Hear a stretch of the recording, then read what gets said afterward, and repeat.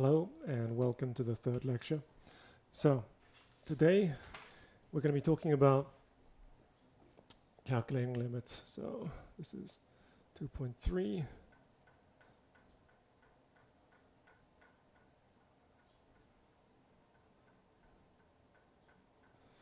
Okay. And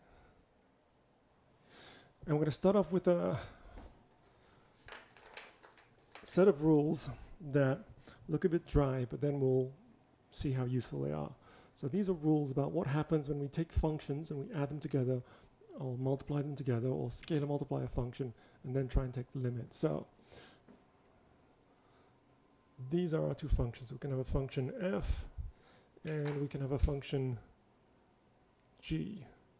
And we are taking the limit at some particular point, like this, the limit at a. So f has got a certain limit. Running out of colors. Yeah, don't have a good color. So f has got this limit here. Say that's L. And then g has got this limit. Let's say that it's W. Okay? And if the limit, so we're going to write in the language of maths this picture, describe it in the language of maths. This limit is L. The limit as x goes to a, g of x is W. Then the following things are true. If we take the limit as x goes to a of this new function, which is f of x plus g of x, it is just equal to the sum of these two guys. So it's just equal to L plus W. Okay. If we take the limit of the product of these functions, it is just equal to L times W, the product of limits. Yeah? If this is 3 here,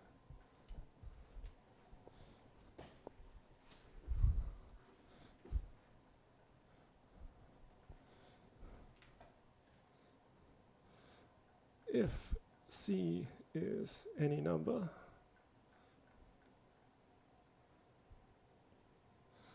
then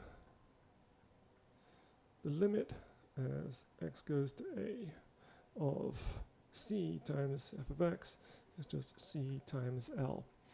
And all of these are kind of natural from the picture, right? So what does it mean for our function f to have limit L?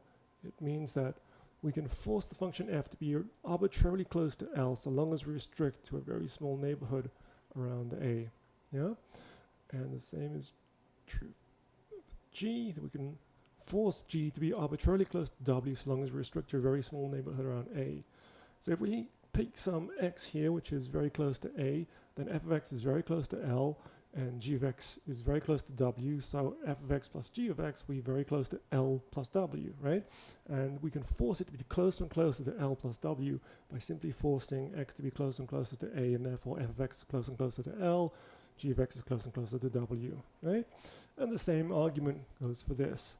If f of x is incredibly close to L, if g of x is incredibly close to W, then f of x times g of x is incredibly close to L times W, and we can force it to be closer and closer by restricting this interval smaller and smaller. Yeah? And the same is true here. If we just scalar multiply a number which is very close to L, then f of x will be incredibly close to c times L, and gets closer and closer as f of x gets closer and closer to L. Right? All of these are quite natural laws. Right? Just follow fairly easily from the picture. This is the fourth one, which is a bit trickier. So the limit as x goes to a, f of x over g of x. Now we might be tempted, because everything here was just really nice, to write is just equal to L over W, right? But if, for example, W is 0, then that would have no meaning, right? So we require W is non-zero. And it's easy to come up with examples where if W is 0, this has just a meaningless answer. So for example, if we had f of x was equal to x squared, g of x was equal to x, then the limit as x goes to 0 of f over g is just going to be the limit of x, right? I should maybe put that in. Put in that extra step.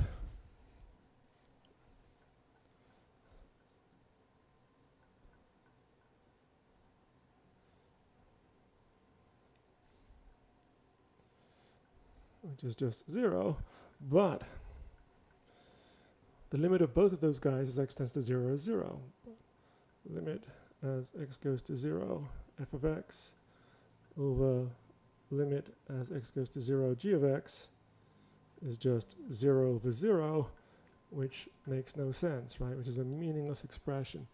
So it is definitely false if we have that the limit as x tends to a of g of x is non-zero, is equal to 0, right? So we require this to be non-zero, right? So these are our 4 laws, and they are quite powerful because with this we can find a whole bunch of things whose limit we can quickly calculate. So the first thing we know, whose limit we easily know, and we don't have to do any numerical investigation, it's just obviously true, is this function. So let f of x equal x itself, right? So the graph is just this. Then for sure, the limit as x goes to a of f of x is just equal to a, right? Because this here is a, right? And we can force f of x to be arbitrarily close to a by forcing x to be close to a, because f of x is x, so that is trivial. We can make f of x minus a be small because it's the same as x minus a, and we can just restrict x minus a to be smaller than anything we want, right? So this is just a sort of triviality. This limit, for sure, we know. Yeah? All right, but now with this law right here, look what we can do. We can do this. The limit as x goes to a of x squared, that's the product of x times x. And we both know, we know the limit of both those functions, which are the same function. We know the limit as x goes to a of the function f of x equals x is a, and we just have the product of that function with itself. So that's the limit as x goes to a of x. The limit as x goes to a x is just a squared, right? And we can do this for any order of power at all, right? So, and the limit as x goes to a of x to the n is equal a to the n. Exactly the same reasoning. We just apply this product rule over and over again. If we do this, if we do the limit as x goes to a of, say, x to the 3 plus x to the 5, we know both of those limits exist, right? The limit as x goes to a of x to the 3 exists, we know this guy exists, and therefore by rule 1, this is just equal to a to the 3 plus a to the 5, yeah? And then finally, if we do the limit as x goes to a of, let's say, 12x to the 3 by this rule here, pulling out the scalar, this is 12 limit x goes to a x to this, which is equal to 12 a to the 3. So there's a whole bunch of things we can do with these rules. We can figure out these limits with absolute certainty just with these rules. And in fact, if you think a bit further, you notice that for all polynomials,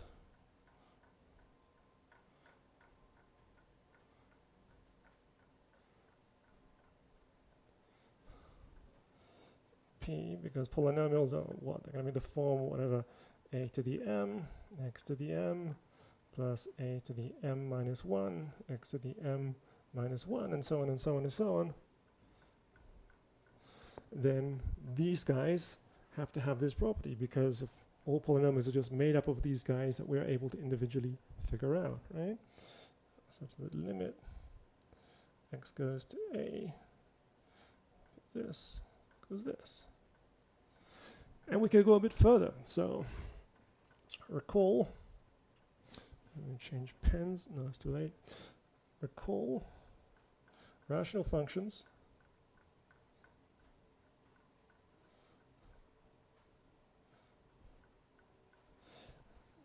are of the form f of x is p of x over q of x. Okay, that's what a rational function is. And the domain of the rational function, running out of space, the domain of the rational functions is the set of points x for which the rational function is actually well defined and makes sense, right? And I'm going to show you that we can calculate limits of rational functions in just the same way for every point A which is actually in the domain. So after I clean this board, the domain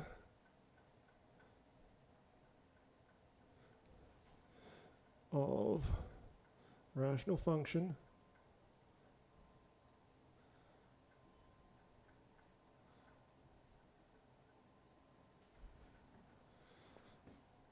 f of x equals p of x over q of x is all the x for which this actually makes sense. Is all x such that q of x is not equal to 0, right? If it is equal to 0, then it's not clear what this can mean, right? So whenever q of x is not equal to 0, then that's the limit as x goes to a of p of x over q of x. We would like to apply quotient rule for limits for, and we actually can, because we know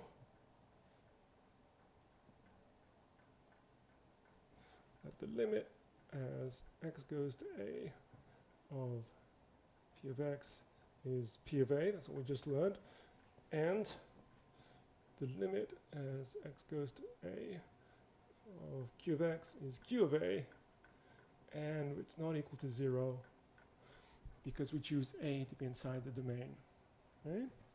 So by the quotient rule for limits, this thing, let's call this thing star, so star is just equal to the quotients of the limits, which is p of a over q of a.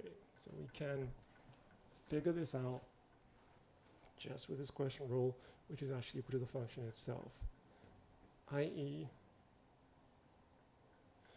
if a is in the domain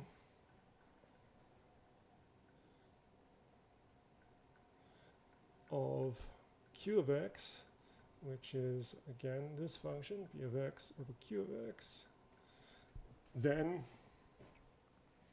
we have, it's very easy to figure out its limit. Its limit as x goes to a, f of x is f of a.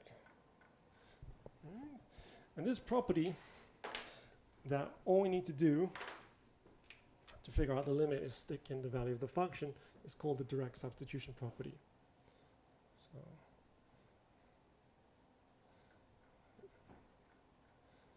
and I call it the direct sub property.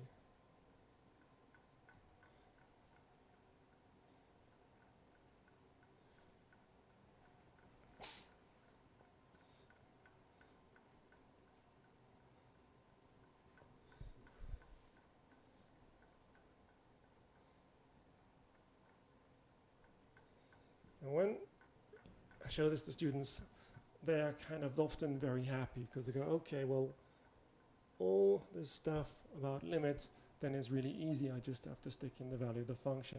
And that's wrong. That's absolutely false. There are lots of examples, and we're going to work very hard to understand limits where we can't do this. Indeed, it would be simple if we could do this all the time, but we can't. However, what we've learned is that for many functions, and at many places, it is somewhat simple. So for polynomials, everywhere, all we need to do is simply apply this. So the limit of any polynomial is just the value of the polynomial at that point. It satisfies the direct substitution property. Rational functions, so long as we're inside the domain, we're all good there as well. Yeah? So for lots of functions and in lots of places, we're perfectly good, but not always. So here's an example. What about this limit?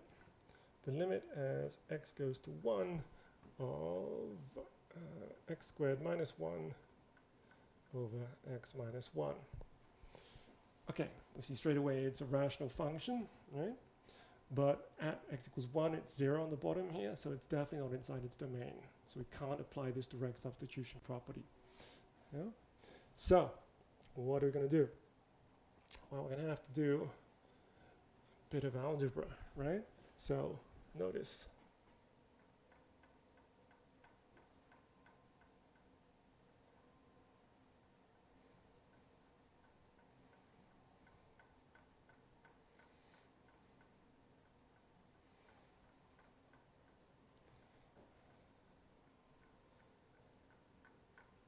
Right? Which is kind of cool. So it means this function, which initially looks really weird, is actually just like this function, except at 1, where we have no idea what it is. Simply not defined. Okay. This is the graph of this function. I should have said that the other way. This is the graph of this function. All right, so when we want to understand this limit here, it's limit at 1. That is trying to find what we can force this function to be closer and closer to. Right? So we're trying to find this value L where we can force the function to be closer and closer to it for all values sufficiently close to 1 but not equal to 1. Key point, not equal to 1. Now I claim that I can write this, that the limit as x goes to 1 of x squared minus 1 over x minus 1 is the same as the limit as x goes to 1 of x plus 1. Now they're not the same functions, right? But the only place that they are different is at 1, because at 1 this function here is not defined, right? But the limit does not care about the value of the function at the particular point you're trying to evaluate the limit, right? The limit is about what happens as we get closer and closer to that point, but not equal to that point, right? So we saw this example previously where we had some function that had this kind of gap like this, yeah? And the limit was this value, and we didn't care that the actual value that the function took was something completely different, right? Because the limit definition doesn't notice it, doesn't care about it, okay? So we can say this perfectly with perfect validity, because we don't care about the actual value of the function at 1. And this thing isn't defined at 1, and we don't care about that. Yeah? Every x away from 1, this is equal to this, so this limit is entirely correct. Yeah? And this limit, we can easily evaluate it as 2, and that's what you see from the picture. Right? So, when we can't do the direct substitution property, there's often going to be some underlying algebra that will allow us to figure out what the limit is. And we'll be practicing this more and more as we go along. Cool. All right, so that is a direct substitution property. That is what kind of thing we do when we don't directly have it. Now let's talk about one-sided limits and its relations to having limits. So,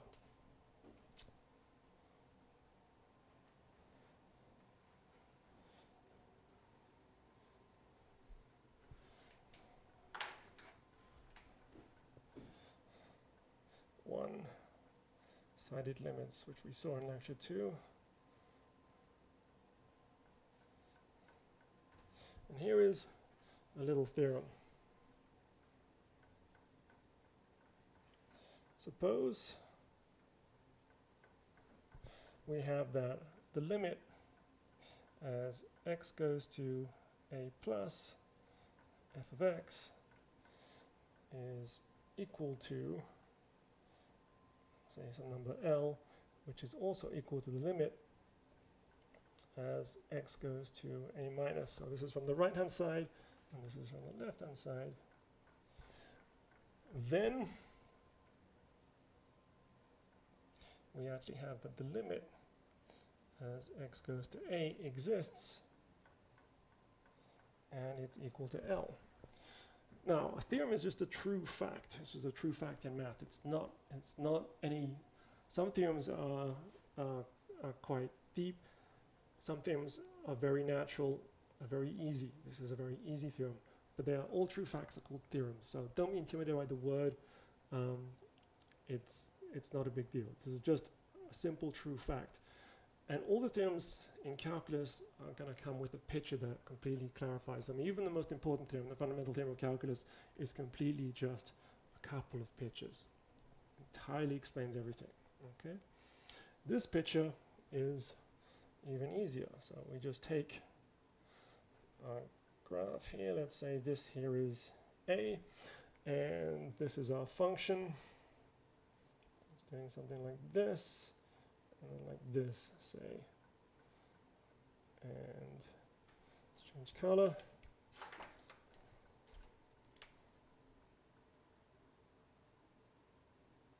And this is L. So,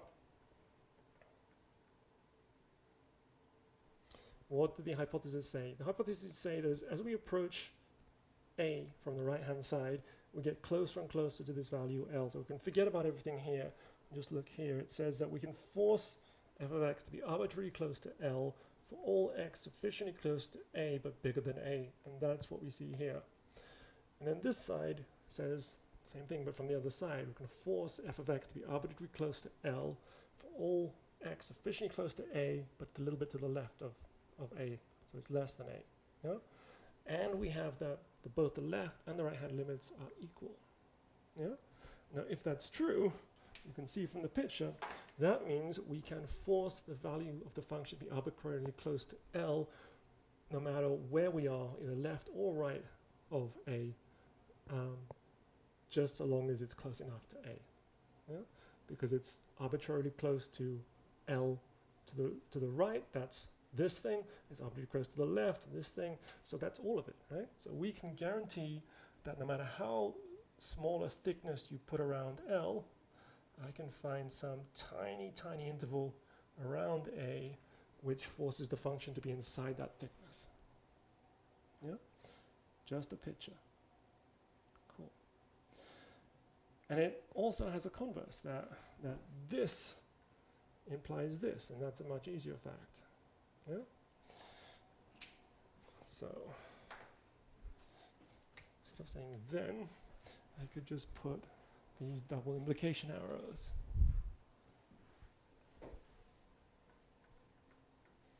So these are logically equivalent. Having the limit exists and equals to L definitely implies the half-sided limit exists, right? Because having the limit exists is a much stronger condition. It's that we can force it to be arbitrarily close to L for all x sufficiently close to A, right? And having one-sided limit, we can only do that for all x sufficiently close to L from A from one side or the other, right? So the limit definitely implies one-sided limits from either side, yeah? And it also implies that they have to be the same. So this implies this is rather easy. This implies this is also kind of easy. It's just this picture. So these are logically equivalent things, and this is useful for calculating some limits. So take f of x equal absolute value of x. And what's the graph of this function? This function looks like this, right? Yeah. As you'll later learn, this is not a polynomial. It's not smooth. It has this sharp corner, which you don't see on polynomials. However, this is a nice function, and we want to find out what this is. So what is the limit as x tends to 0 of f of x? Now if we look more closely what f of x is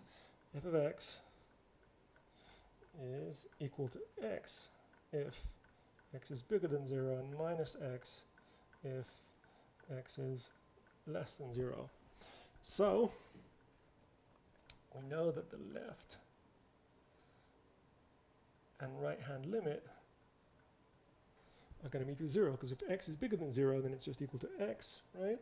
The limit as x goes to 0 of x is just 0. That's fine. And the limit as x goes to 0 from the left-hand side, now for x less than 0, f of x is minus x, but the limit of minus x as x tends to 0 is also 0, right? So both the left and right side limits exist, and they are equal, so this is satisfied.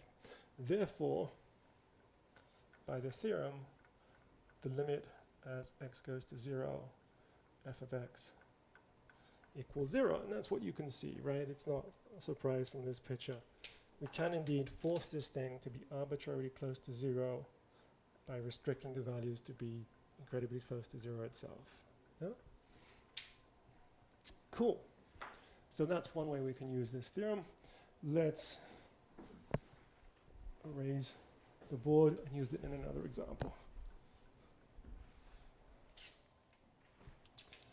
Okay, let's consider this function, g of x, which is equal to x over mod x. All right, what does this look like? Well, for any x bigger than 0, then this thing will just be 1, right? Because just take x to be whatever, 5 over mod 5, right? Which is just 1. Yeah? For any x less than 0, this will just be minus 1. So take x to be minus 3. We're going to have minus 3 over 3, which is minus 1. So this guy looks like this. So in class, I asked students to show me with their fingers what this looked like. Plenty could do it, but some kind of struggled. This is what I want you to be able to do. I want you to be able to look at this kind of function and see in your head what it does. And again, you're going to build that skill by whenever you see a function drawing its graph. And if you can't do that now, then that's what you've got to try and get good at as quickly as possible. This is the most efficient way to do this, to do calculus, is to learn to visualize as quickly as possible. Then this stuff has meaning. Okay, so this is our function. And our question is, does the limit x goes to 0, g of x, exist? And you can see from this picture, it really doesn't, right? There's no way this thing's going to have a limit as x goes to 0. But it does have one-sided limits. So we expect the answer to be no. So expect no. But we can actually show it with our theorem, because, look, we have that the limit as x goes to 0 from the right-hand side of g of x is equal to 1. And the limit as x goes to 0 from the left-hand side, g of x is equal to minus 1, right? Yeah? And we knew from the previous theorem that if the limit existed, then that would imply the half limits from either side existed and are equal to each other, right? And these things are definitely not equal to each other, right? So no limit can exist. So limit as x goes to 0, g of x does not exist.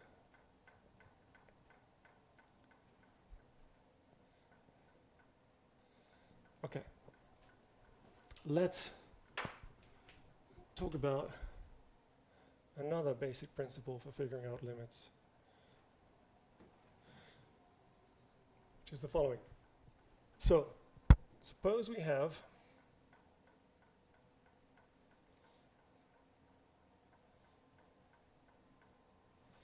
two functions, f of x, which is bigger than or equal to g of x for all x near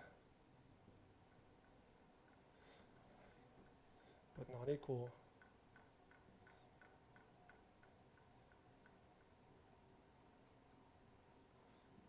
to a. Okay? Let's draw the picture of what that looks like. So around a, we don't care what happens some distance away. We have our two functions. We have our function, say this is f, and just to make it interesting, let's make them touch at a.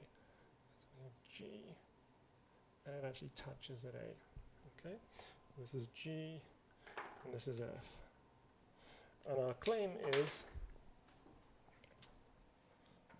then the limit as x goes to a of f of x is bigger than or equal to the limit as x goes to a g of x. Okay? Why is that true? Well, if that wasn't true, if the limit of g of x was actually bigger, right? So limit of g of x, imagine it was somewhere like this. That would mean we can force g of x to be an arbitrarily close to this number L, which is bigger than the limit of f, right? The limit of f was somewhere down here. Yeah? Well, that would mean we'd have a contradiction, right? Because g would be very close to this strip and f would be very close to this strip, and that would mean g would have to be bigger than f somewhere very near a, which is impossible, right? So the limit of g has to be less than or equal to the limit of f. And in this particular case, both those limits are the same, as you can see from this picture.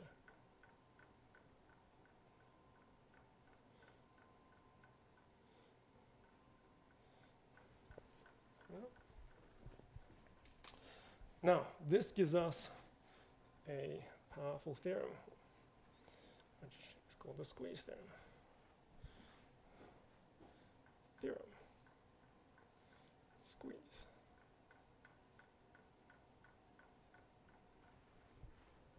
Suppose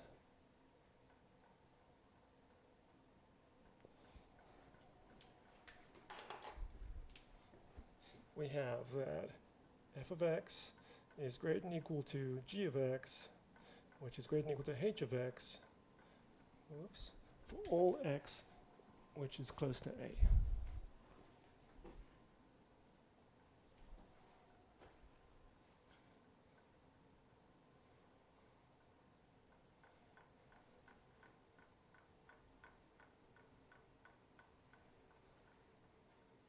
Okay, and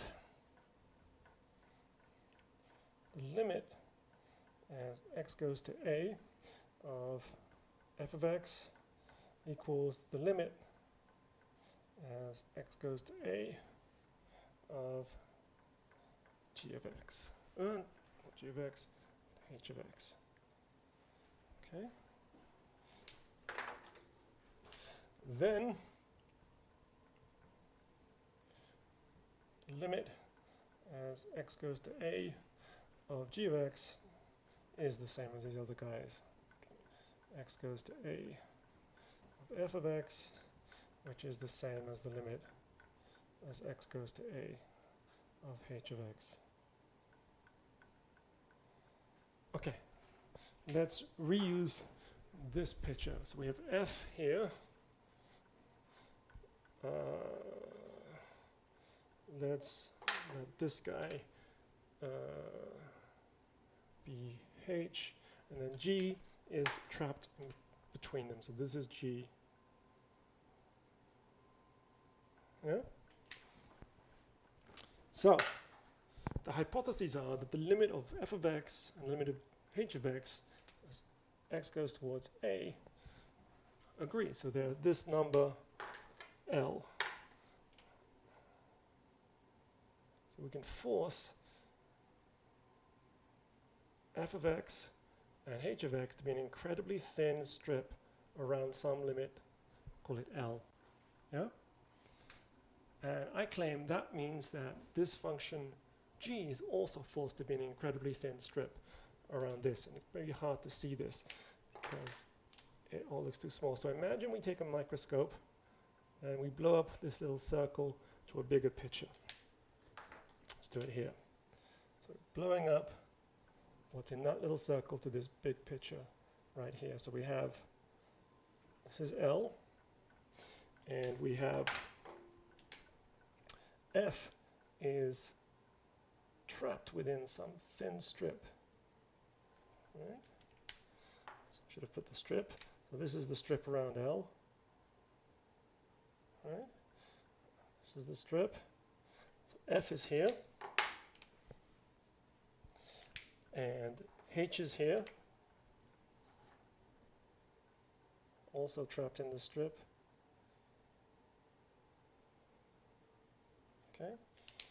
and g is in between them.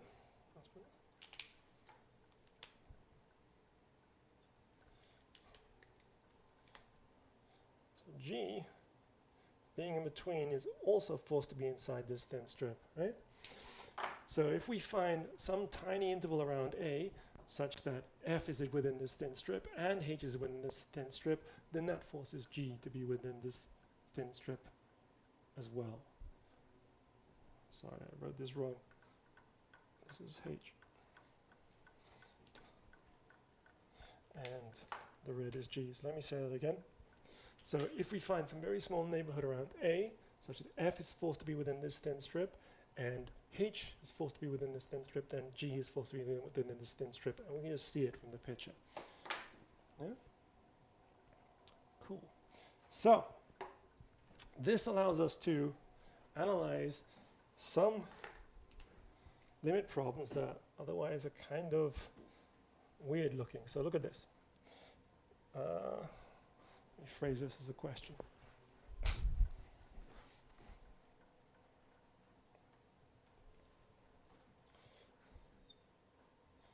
Let f of x be x squared sine of 1 over x. Okay, so previously we encountered this weird function, sine of pi over x, right? And this was this function that oscillated faster and faster and faster and faster and faster as it went towards 0. Yeah? And this guy looks a little bit like it, but we have the x squared in front. Yeah? So, as always, we're going to try and figure out what it looks like. So this thing means it's going to oscillate up and down, up and down, up and down, up and down very, very fast. We go towards 0. But we have this x squared in front, which means that it's actually, the oscillations will get smaller and smaller and smaller, right? So sine is always going to be between -1 and 1. And as x goes towards 0, then 1 over x is going towards infinity. So we're going to go between -1 and 1 faster and faster and faster. But then we're multiplying it by this number x squared, which is obviously getting smaller, right? So what it's going to look like is something like this.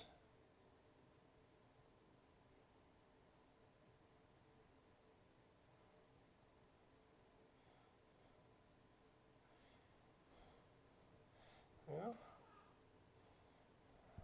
Something like this. Now, if you got comfortable with this function, then figuring out what this one is would ultimately be possible. If you spend a bit of time thinking about this, you'd come up with this. Yeah? If you weren't comfortable with this, then this one is super mysterious. Okay? But let's look at this guy. Well, what do we know about it? We see from this picture, it's like it's dipping inwards like this and like this, right? And if we look a bit closer, what do we notice? We know that since sine is always between -1 and 1, then we know that f of x is always going to be less than x squared. Yeah? And for the same reason, we also know it's always going to be bigger than minus x squared. So we can stick this graph of x squared on top of it like this. Yeah, so I did it better, look like this. And we can stick this graph of minus x squared underneath it. Once you see this, then it's clear to you what you have to do. Because you have that this weird looking function is being squeezed by two nice functions whose limit you certainly understand, right? So by the squeeze theorem,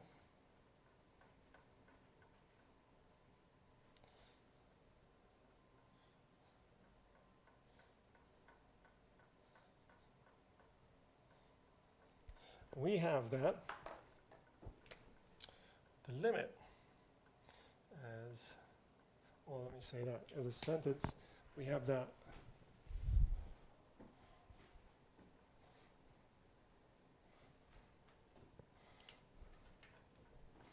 since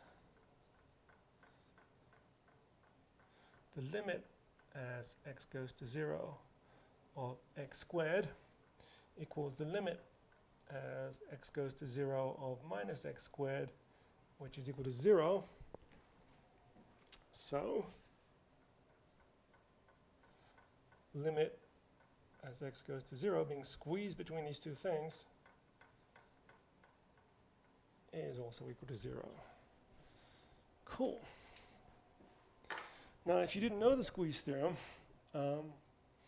or even worse, if you weren't able to make sense of this thing, if it just seemed totally mysterious to you, then you would really be stuck, because you can't apply anything else. You can't apply these product rules or any other stuff. So this is a kind of a question we've seen on exams, and students who can't see what this thing is do those kind of things. They just get desperate and they go, okay, let's take the limit of x squared and the limit of this guy and just write nonsense, right? But if you see it, then what to do is clear, right? It's a really weird function, but it's trapped between these other two functions. So it's another lesson of the utility of learning to visualize this, drawing these pictures at every stage. Yeah? Okay, so that wraps up the first video lectures of this week. Please watch these carefully, watch them all the way through, do the practice homeworks, then do the real homeworks, then upload your lecture notes, and have a great weekend. I will see you all next week.